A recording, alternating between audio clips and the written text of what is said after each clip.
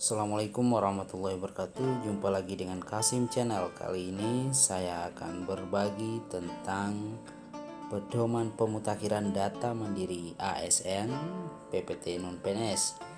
Nah, Bapak Ibu sekalian, sudah kita ketahui bahwa akhir-akhir ini telah digencarkan untuk semua ASN di seluruh Indonesia melakukan pemutakhiran datanya secara mandiri. Nah, oleh karena itu, sebelum kita memutakhirkan data kita secara mandiri melalui aplikasi yang telah disiapkan oleh pemerintah, alangkah terlebih baiknya kita mengenal dulu beberapa istilah yang nanti akan kita hadapi di saat proses pengisian data kita.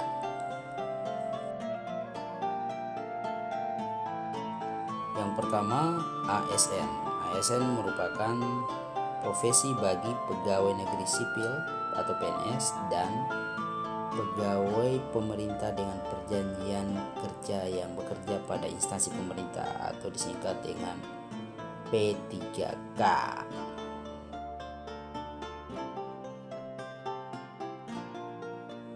Kemudian yang kedua, PNS. PNS merupakan warga negara Indonesia yang memenuhi syarat tertentu yang diangkat sebagai pegawai ASN secara tetap oleh pejabat pembina kepegawaian untuk menduduki jabatan pemerintahan. Kemudian P3K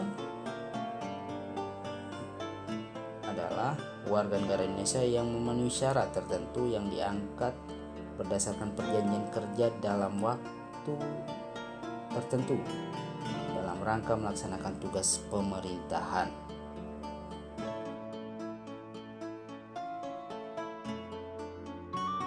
Selanjutnya, apa itu PPT non ASN? Nah, PPT adalah singkatan dari pejabat pimpinan tinggi. Merupakan pegawai non ASN yang menduduki jabatan pimpinan tinggi. Nah, selanjutnya tentang PDM. PDM merupakan singkatan dari pemutakhiran data mandiri. Nah, nanti teman-teman melakukan proses peremajaan pembaruan data secara mandiri yang bertujuan untuk mewujudkan data yang akurat, terkini, terpadu, berkualitas baik sehingga menciptakan interoperabilitas. Kemudian untuk mendukung ASN dalam penginputan datanya secara mandiri, pemerintah dalam hal ini BKN telah meluncurkan aplikasi pendukung yaitu MySAPK yang berbasis HP sehingga PNS secara mudah mengupdate datanya melalui ponsel. Kemudian aplikasi yang pendukung lainnya yaitu SI-ASN adalah rangkaian informasi data mengenai pegawai ASN yang disusun secara sistematis. Pemerintah juga meluncurkan helpdesk yang mana merupakan layanan bantuan terintegrasi yang diperuntukkan bagi pegawai negeri sipil apabila mengalami kendala dalam penggunaan aplikasi mobile MySAPK. Selanjutnya, pihak-pihak yang terlibat dalam PDM ASN, yang pertama pengguna yaitu ASN dan PPT non ASN yang menggunakan MySAPK. Kemudian ada verifikator, lalu ada tim approval atau tim yang akan menyetujui data yang kita input, kemudian ada admin yang ditunjuk oleh instansi sebagai admin instansi. Nah, Bapak Ibu sekalian, data yang dimutakhirkan yaitu data personal yang merupakan data informasi berkaitan dengan data diri PNS dan data riwayat yang berisi tentang riwayat terakhir PNS disertai dengan data dukung. Nah, data yang harus diperbaharui oleh PNS.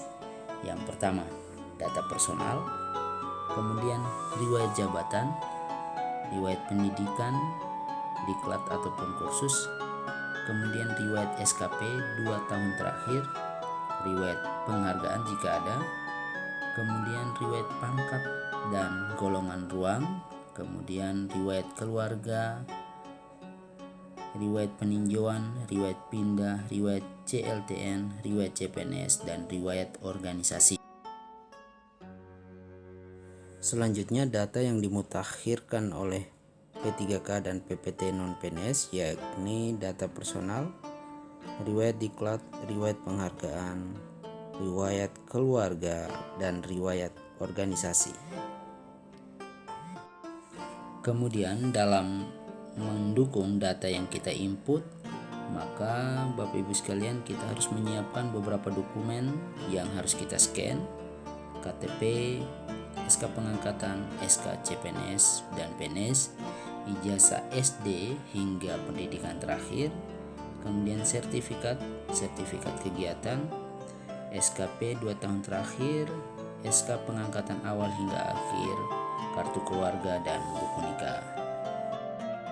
Demikianlah pedoman pemutakhiran data Mandiri ASN singkat pada episode pertama yang saya buat kali ini. Nantikan episode kedua pada channel saya yang akan saya ulas tentang pengisian data di MySAPK. Salam hormat. Assalamualaikum warahmatullahi wabarakatuh.